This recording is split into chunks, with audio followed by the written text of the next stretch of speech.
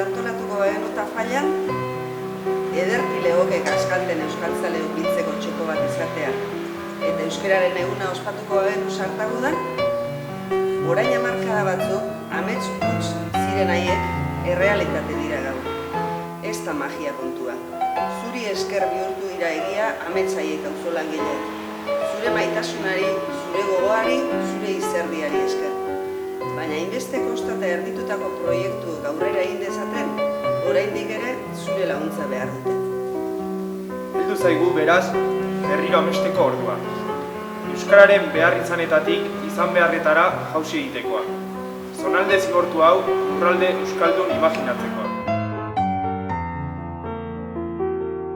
Ikuspegi ekonomiko batetik, azken finean arnaz hartze ederra da Nafarroko herriberako euskalgintzarentzat, hori biztan da. Eta bestetik nik usteaz ere elkartasuna hor dagoela.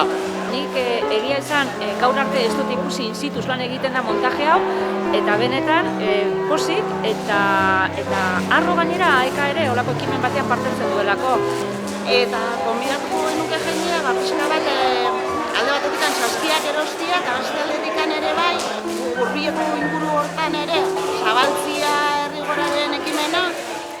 Aurtengoan, bi saski aukeratzeko posibilitatea izango du, saski txuria eta saski beltza.